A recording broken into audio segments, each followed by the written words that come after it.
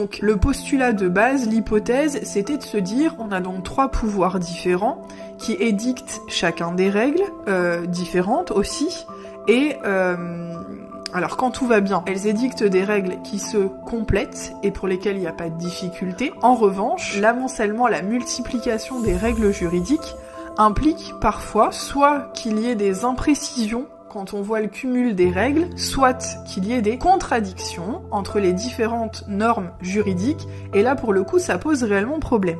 La question étant donc de base, quand il y a contradiction entre différentes normes juridiques, qu'est-ce que je fais ? Qu'est-ce que j'applique ?